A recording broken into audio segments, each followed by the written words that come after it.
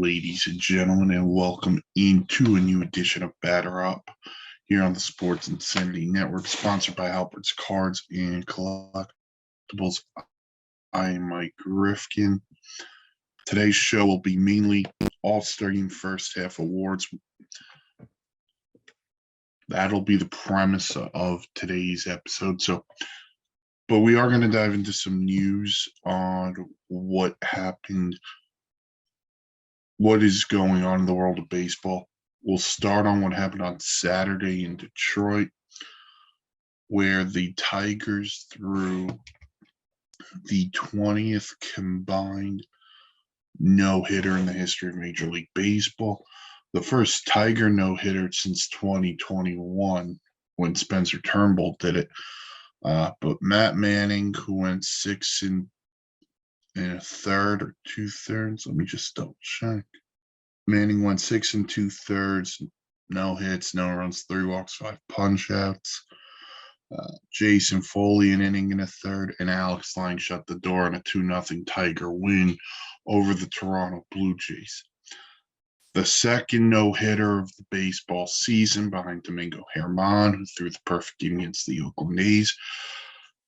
This is a different lineup than the Oakland A's. This is more impressive, no-hitting the Toronto Blue Jays, who played their guys. Vlad Jr. was in the lineup. Bo Bichette was in their lineup. So it's impressive. Very impressive job by Matt Manning.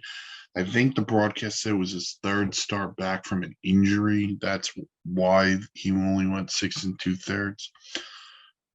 But the Tigers, listen, the Tigers now currently have a record of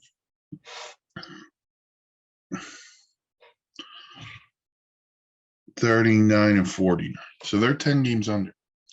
But because they play in the American League Central, they're only 5.5 games back of the now first place Cleveland Guardians. So no hitter. I think it's the first one in Comerica for the Tigers since Justin Verlander in 2011. And listen, going back to the Tigers, they come back from the break. They go to Seattle. And then they go to Kansas City before playing the Padres at home. So, right away, the Mariners are a team competing in the wild card. We might get to them in a little bit because I think today's a massive game for the Mariners. So they're going to have an opportunity. Then they should beat up on the Royals, who aren't any good. And they can make some noise here in the AL Central, but that's just because of how not great the American League Central is.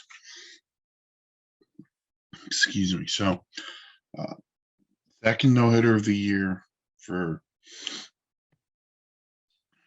baseball. The Tigers get it done against a good Blue Jays team.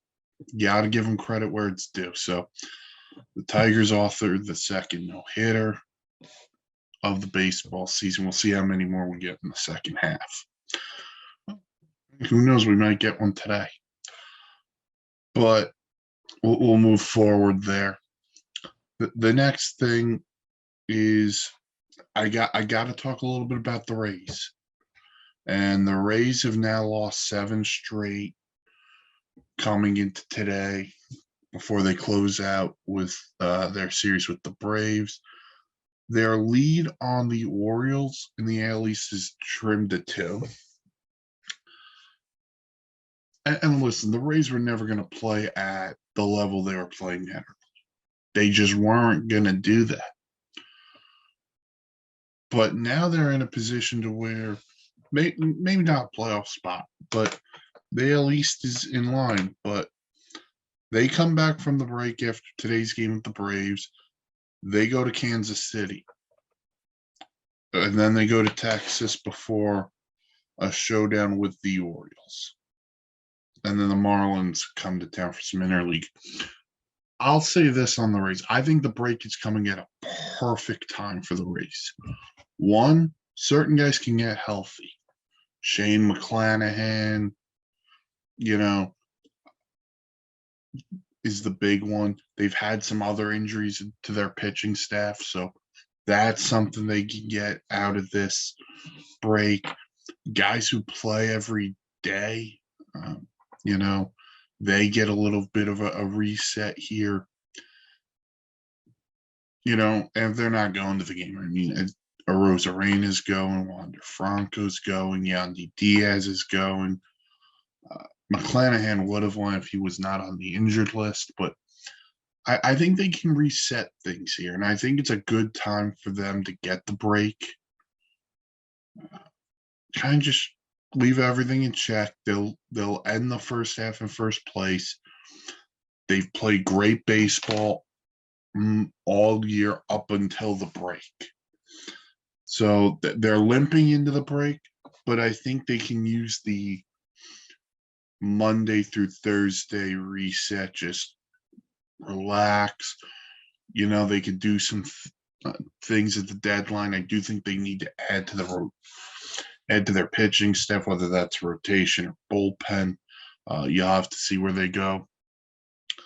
But I expect them to be pretty active, and I think they're fine. And listen, they're great. Excuse me. They're never going to play up here the whole year. It's hard. It's hard to win 100+ games. And they're 57-35. I mean, they lost on Friday night 2-1 in a tightly competitive game with the Braves. Last Braves kind of smoked them. Right now, the Braves are smoking everybody, so it doesn't matter. So the Braves are 16-28. They're 9-1 in their last 10, and I think it's like 25-4 in their last 29, something insane like that.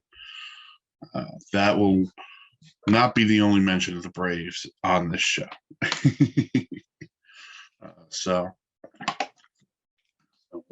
But the Rays, they're scuffling a little bit and going into the break. But every team has ups and downs. You're not going to be this for 162. It's always this. So. And then, listen, I got to talk about what I saw yesterday. The phenomenon that is Elly De La Cruz. In the Reds game yesterday, stole second. This is the same around the base, same base trip. Stole second, stole third, and then after the pitcher got the ball back, he stole home. This dude is a phenomenon. He's done so many things great. And he's been a great spark to a Reds team that you can make the case. I think the story in the first half of baseball has been these teams who we didn't expect things from are playing absolutely amazing. The Reds, the Diamondbacks, the Marlins. I have to give the Pirates some credit. I know they have fallen off, but the Pirates got off to a great start. The Cubbies are still hanging around. I know they're 6 under, but they're not an easy out. And teams we had high expectations for. The Mets, the Padres, the Cardinals, the White Sox, they haven't played great. The Mets have played better this week, but not a great first half for some of those teams. Great first halves for teams that were, let's call what it is, it's a surprise. But the Reds have been great, and Elly De La Cruz has been a big part of it. Massive game today for the Reds in Milwaukee, because right now the Reds can either go into the break 3 up on the Brewers or 1 up on the Brewers. And the pitching matchup for today, if ESPN is right,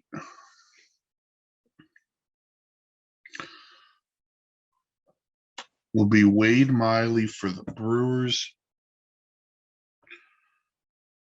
and it's Ben Lively for the Reds. So that's the pitching matchup there in Milwaukee. But the Reds, I mean, Ellie De La Cruz is unbelievable. They've gotten a lot of contributions from a lot of guys. So they'll be a story to watch in the second half of the Reds. They really will be. All right. So that's been the weekend for the most part. Now on to the All-Star game, which is Tuesday night. Baseball named some replacements for guys who either aren't going to pitch or are pitching, I guess, today and yesterday. Kodai Senga of the Mets, Alex Cobb of the Giants, Craig Kimbrell of the Phillies, Corbin Burns of the Brewers. They were all added. In the National League, in the American League, Pablo Lopez of the Twins is going to be there. The guys not playing include Bruce Elder and Spencer Strider of the Braves, the Cubs' Marcus Stroman, the Brewers' Devin Williams, and the Blue Jays' Kevin Gausman. Those are the guys who are being replaced by Lopez, Senga, Cobb, Kimbrell, and Burns. So I've always understood the rule of if you pitch Sunday, you're not eligible to pitch Tuesday. I hope these guys still go because it is an honor to get voted in, whether it's by the players. The fans don't vote for the pitcher, so I'm not going to get on the fans for that. I actually am shocked because Stroman and Strider both had a really interesting case to start the game. Strider right now for me, get into this in awards. He's for me the front runner for Cy Young with how good he's been. I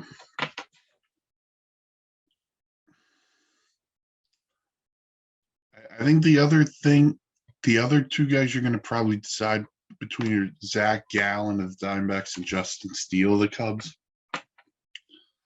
So you'll have to wait and see what they do there. There are other guys who can't play due to injury. You know, Aaron Judge isn't playing. Trout's not playing. Yordan Alvarez isn't playing. McClanahan's not playing. Clayton Kershaw's not playing. You know, all of that's due to injury. Emmanuel Clase, the Cleveland closer, he's not going, but he's expecting birth of his child, so he will not be going either. So, but for these guys who can't play, I hope most of them show up. I know I heard on the Yankee broadcast yesterday, on Saturday, that Judge was considering not going because he could get better treatment in New York. I mean, to me, if it depending on how bad Judge is feeling, I don't know. When you get voted in by the fans, I think you should be there. You know, salute the crowd, to give your thanks for the fact that they voted you in. So that's just me. Listen, and I'll be the first one to tell you, I don't care for fan voting. But if you get voted in, unless it's a very serious situation, I know Judge has the toe issue, but wait and see if he shows up. But a lot of replacements coming in for the All-Star game. So those guys will, I think the National League starting pitcher will be between Gallen and Steele. American League, I'm not even sure, to be honest with you, because McClanahan probably would have been my guy. He's hurt. Ohtani probably would have been second. He came out of his last start due to a blister and then said he's not pitching. So, and Garrett Cole pitched yesterday, so I don't think Cole's going to. So maybe it's Nathan Eovaldi of Texas. Maybe it's Framber Valdez of the Astros. I am not sure where Dusty Baker goes for his start. He might just go to his guy because Framber Valdez has been one of the better pitchers in baseball for the last year and a half. So I don't think a lot of people would have an issue with that. Again, the All-Star game Tuesday night. We got the Derby Monday night. I love the Derby. I can wish, baseball. I know a lot of people may not agree on it, but I wonder if baseball could do something like the NBA does with their All-Star Saturday night. I know the Derby would main event, but I don't know. You figure some other things out if you wanted to do it, but I don't know if they've ever had the interest. So that'll be Tuesday in Seattle. On to the first half awards. And yes, you're going to have your basics, MVP, Manager of the Year, Cy Young, Rookie of the Year. I'm going to tell you right now, I will give you surprises and disappointments as well. Biggest surprise in each league, biggest disappointment in each league as well. So I'll do the awards for both leagues, and then I'll look into some second half storylines, and that'll be the episode. So we'll start National League MVP, and I think this is, I think MVP is easy. For me, MVP is easy. Both leagues. The American League, or National League, because I'll start National, it's Ronald Acuna Jr. He is, I think I heard he's on pace for 40 homers and 78 stolen bases. He might be the guy in all of baseball with the, I won't say the most talent, but he's got a flair about him. He plays every day. He's a great ball player, and he's not hitting in the 3 spot or the 4 spot of the lineup. He leads off for the Braves.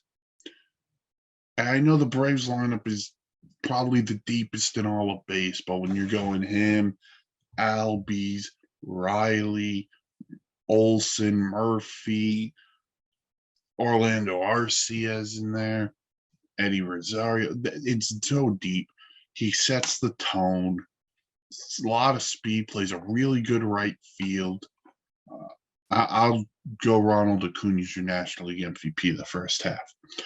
American League, it's hands down might be the easiest award to hand out.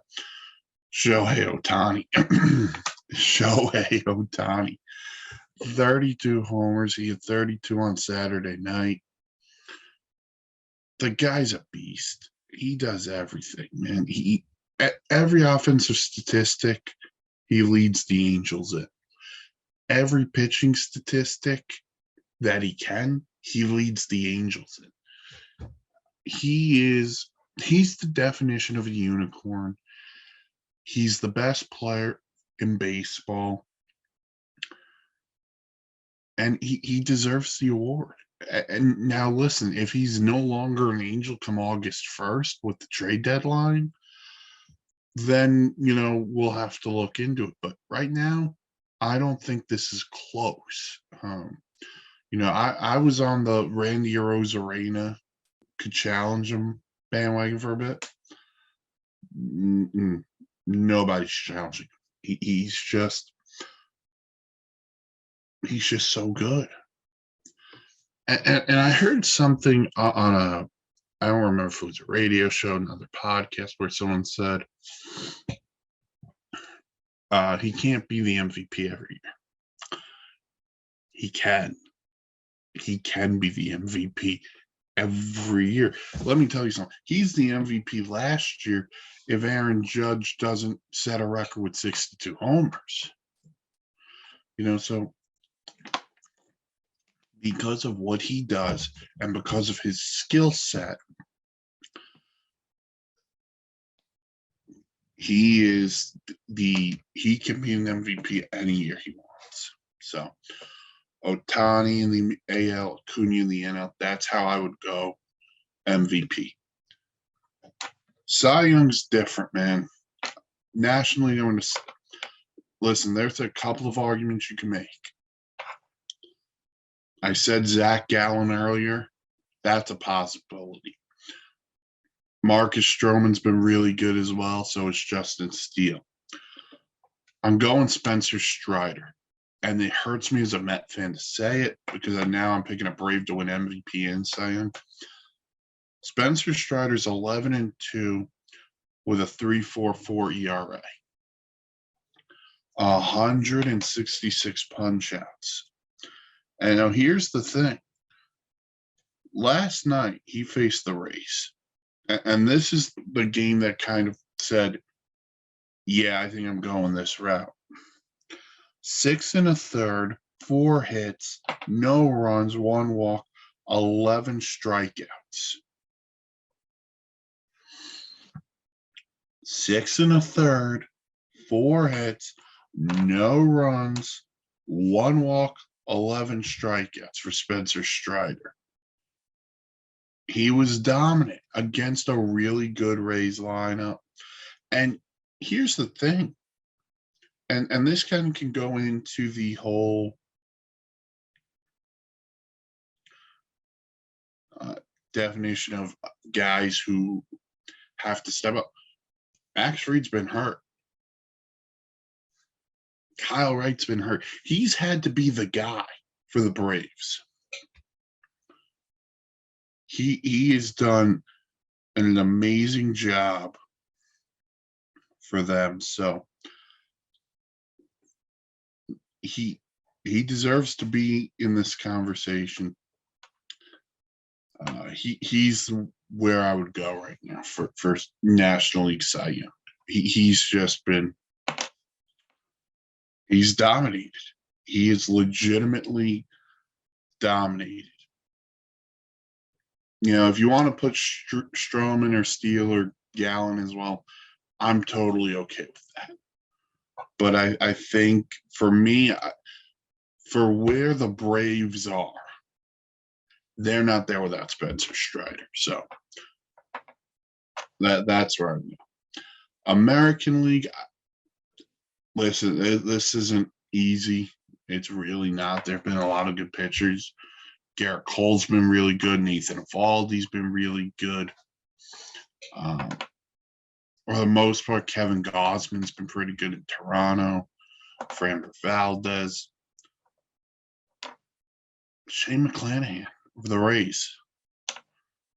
The guy's 11-1 with a 2.53 ERA, 101 strikeouts, averages 9.5 per 9. I know he's hurt now, but again, are those other guys pitching better? Maybe, but 11-1 speaks for itself. So I'm going to go Shane McClanahan. So McClanahan and Strider, Acuna, Ohtani.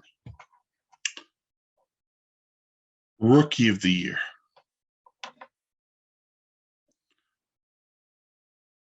I've got to tell you, the National League one was a runaway for a while, but I do think there's someone catching a little bit of ground. It's still Corbin Carroll, who's been great for the Diamondbacks. But a little bit of biasness here. I wouldn't be shocked if Francisco Alvarez caught him. The kid played tremendous defense. He's got stupid power. And he's come up clutch a couple big time for the Mets. But it's Carroll. Big hits, great speed, played pretty good defense. Hopefully his shoulder's okay. He left the game a couple of days ago with a shoulder issue. Uh, so that's in the conversation too. So Corbin Carroll would be my National League Rookie of the Year. American League is tough because you could go with a guy like Gunnar Henderson of the Orioles. Josh Young of Texas, who's played a really good third base. He'll start third base. And to me, it is Young. He's got a slash line 276, 326, 503, along with 19 homers and 56 RBIs. That Texas team is so good. They're loaded. To me, it's two-horse race between those two guys. So I'll go Josh Young. Although, if you want Gunnar Henderson, I'm not going to be angry about it because the Orioles deserve it as well. So Carroll and Young, Strider, McClanahan, Ohtani, and Acuna. Okay. Manager of the Year. This is hard in both leagues because I think there are multiple cases to be made. So I'm going to make the case for a lot of guys, and then I'll just pick one. I'll start in the American League. Bruce Bochy has a great opportunity for what he's done with Texas. They were not a good team last year. They went out, they hired him. They're going to enter the break in first place. And Bruce Bochy is a Hall of Famer. They're 2 up on the Astros, so they'll either be 3 up or they'll be game up. I'll cover me 2 as well. But Bruce Bochy's in this conversation.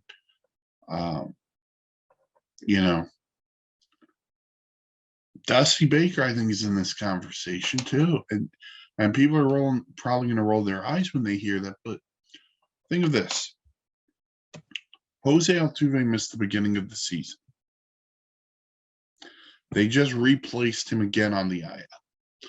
They haven't gotten a bat out of Michael Brantley. Yordan Alvarez is hurt. Jose Abreu, up until recently, had been ice cold and hadn't homered. They've had multiple injuries in their pitching staff, including Lance McCullers, who won't throw a pitch for them this year. And the Astros ho-hum are still 10 games over 500. So Dusty should be in this conversation. Up till recently, Phil Nevin was probably in this conversation, but the Angels have fallen on some hard times, so I think that's thrown him out. I can't put anyone in the AL Central in the manager of the year. I love Terry Francona. Cleveland's a game over. The one guy I'm going to put in here that I think should have won it last year is Brandon Hyde. The Orioles won 83 games last year. And I get the Mariners ended the longest playoff drought in sports, but who saw the Orioles coming last year? And they've repeated the same approach this year, where they've been really good and they're tough to beat. So, Brandon Hyde's done a really good job. I think you're going to see for this award, for me, I'm going to talk about organizations that have had patience with their manager and letting their young players develop. That's the Orioles. That'll be some teams in the National League I talk about.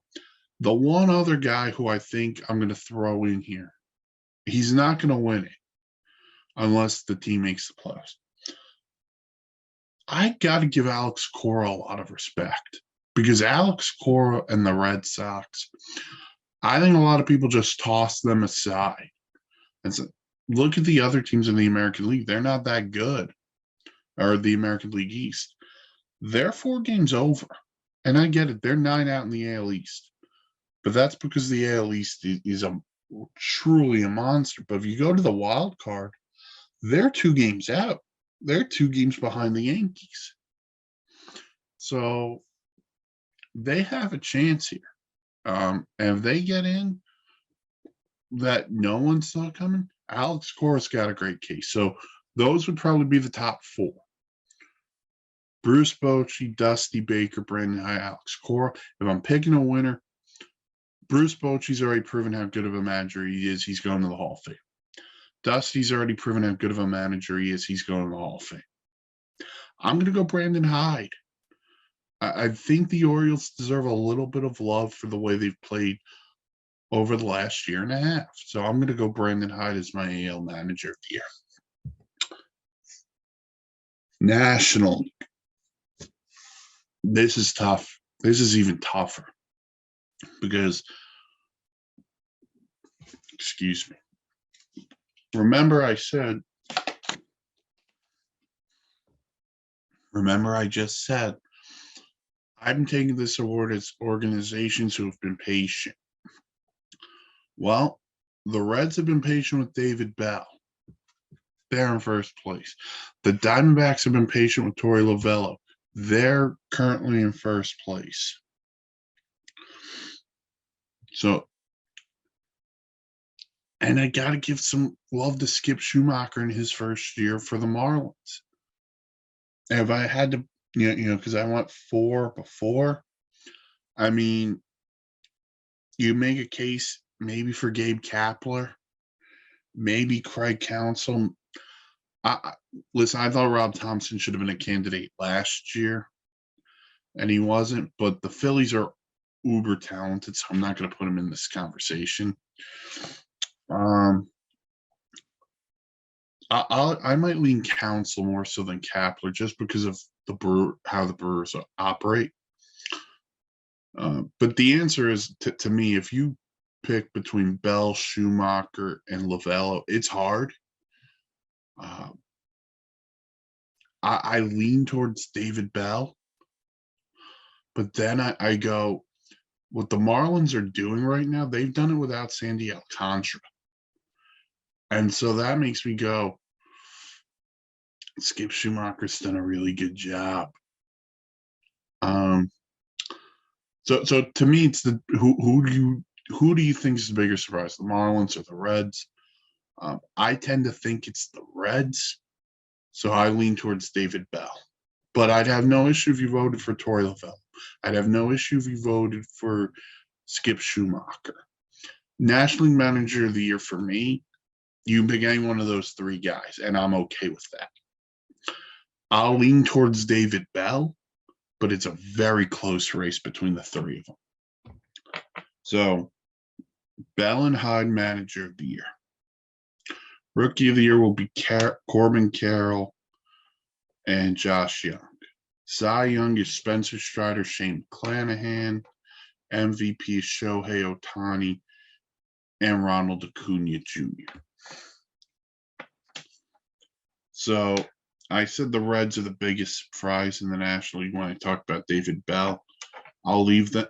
I'm going to leave this as a tie between the Reds and the Marlins for biggest surprise in the National League. For how well both teams have played, I don't think anyone saw that coming. Luis Ariz is raced for 400. We will talk about that in a couple of minutes. But those two, I can't pick one over the other because they've both been tremendous. So they'll win the biggest surprise in the National League. The biggest surprise in the American League, I don't want to say Texas. I don't, because Texas, they have a nice roster, and Bruce Bochy's a Hall of Fame manager. The Orioles, I don't know if the Orioles could count as a surprise after what they did last year. The Red Sox have been a surprise. The Red Sox have been a massive surprise. I'll give them the credit they deserve. Cleveland, I can't really get on. They're game over, so I can't get uber excited about it. The Twins, they're 500. So I'll say the Red Sox and the Orioles in the American League. I would have kept it as the Angels, to be perfectly honest with you, but with the injury now to Trout and the Ohtani speculation ramping up, I feel bad for the Angels, man. I do. So that's those would be the biggest surprises. Biggest disappointments. The American League, it's the White Sox. And to me, the talent they've got, for them to be 11 and a half out in the wild card, they're still alive in the division because the division's awful, but they're finding ways to lose games instead of finding ways to win. We'll, see if the second half changes anything for them. If anything, they're going to be an interesting team to watch come the deadline. Lance Lynn's name's been out there. Lucas Giolito's name's been out there. I wonder about a guy like Liam Hendricks, if they consider that. I wonder if they consider any of their position players out there. So the White Sox, to me, are the biggest disappointment in the American League. The National League, look, I could sit here and say the Mets. I could sit here and say the Padres, but I'm not going to do it. Both teams are 6.5 out, and they're 5 games under 500. Listen, they've both underachieved. I don't think anyone's going to sit here and disagree with that. But the Mets in particular have played really well recently, so I'm going to give them the high note on that. Do you need them to be better in the second half? 100%. And they get a tough one out of the break, and I'll preview that series next during the week. But to me, the Cardinals are the biggest disappointment in the National League. They're 37-52. They have a minus 34 run differential. The St. Louis Cardinals. And it's not even just for the on the field stuff. It's the off the field stuff with Wilson Contreras. Is he catching? Is he DHing? What is he? Their rotation has not been good. Adam Wainwright has been tough to watch for the most part. Jack Flaherty put together a decent start last time out, but his ego gets traded. You got Arenado and Goldschmidt. And outside of that, Jordan Walker's been a nice sign, a nice sight to see for a young player. They have too many outfielders and they have too many shortstops. So they're going to have to figure that out at the deadline. Bullpen's been atrocious. I mean, just watch how they lost the game last week to the Marlins. Just watch the Jordan Hicks throw to first base. That's how they lose. They've lost baseball. So I know people are going to point to the Mets and the Padres, and that's fine. But I also don't think the people saw the Marlins coming in the NL East and the Diamondbacks in the West. But I think both those teams can pick it up, in particular the Mets. So I'm going to say the Cardinals are the biggest disappointment in the National League. Just because I think a lot of people thought the Cardinals should have run away. In my mind, the Cardinals should have run away with the Central. But, entering the break, it hasn't been good. So the Cardinals are the biggest disappointment, along with the White Sox. Ironically, they're playing each other today. Now on to some second half storylines before I close out. There are a couple of things. One, Luis Ariz on his quest to hit 400. That'd be so cool to see. First guy since Ted Williams to hit 400. That would be great. And the guy who you look at and you go, he's just a hitter. Doesn't hit for a lot of power, but he hits. So Luis Ariz, the quest for 400. And he's doing it not in a big market. He's doing it in Miami. By the way, that's a trade that's worked out for both sides. Ariz to the Marlins, Pablo Lopez to the Twins. That's worked out for both. Two, I think this is a massive story. What are the Angels doing with Shohei Ohtani? What are we doing? And I think you have to make this. as clear as you can over the next couple of weeks, because if you continue to falter, I don't think you can let him go into free agency, because you wind up with just a draft pick. And to me, I'd rather move on and say, let's see what young players we could get. So I'm going to go there. I'm going to say, what do the Angels do with Ohtani? I think Aaron Judge is a massive storyline in baseball. The second half, his health, or if he needs to call his brother Arson Judge to see if he can get some help. I think that's a massive storyline. And then I think one of these teams is going to make a run out of the Mets and Padres. Who's going to make the run? They both might make a run. I don't know. But then on the other side, who's going to falter? Are the Marlins going to falter? Are the Reds going to falter? Are the Diamondbacks going to falter under the pressure of the Dodgers? That's an interesting one. The Dodgers been there, done that. The Diamondbacks haven't been there and done that. So I'm intrigued by that a little bit. The American League, I think there's one team in the American League. I think there's two teams in the American League to watch. I just said in the National League, I think it's the Mets and the Padres. The American League, I think it's the Blue Jays, who I still think have a really good opportunity to represent the American League in the World Series, and the Mariners. I'm still such a believer in the Mariners because they pitch. Castillo, Kirby, they got guys who could throw. Decent bullpen. Can they get enough offense? Can they go get another bat and say, now we believe in our line? So, excuse me.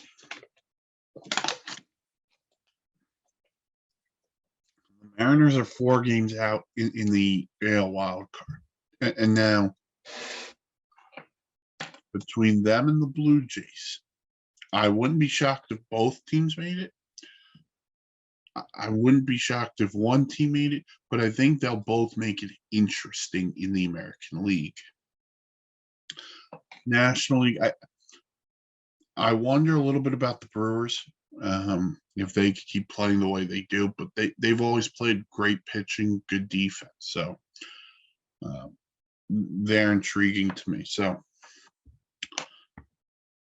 those are some second half storylines. I'll be back next week to preview the second half of baseball season. Enjoy the All-Star game, everyone. You can follow the network on social media, on Twitter at SInsanityReal or SInsaneReal. We're also on Facebook. Go to the website, www.thesportsinsanitynetwork.com. Great blogs, vlogs, planes, trains, and automobiles. YouTube, our YouTube page has some vlogs on it. This podcast is usually up on YouTube as well. Like, comment, subscribe, all of that. Enjoy the All-Star game. Thank you for tuning in. I am Mike Rifkin. Thank you for listening to Batter Up, part of the Sports Insanity Network, sponsored by Halpert's Cards and Collectibles. Enjoy the All-Star game, everybody.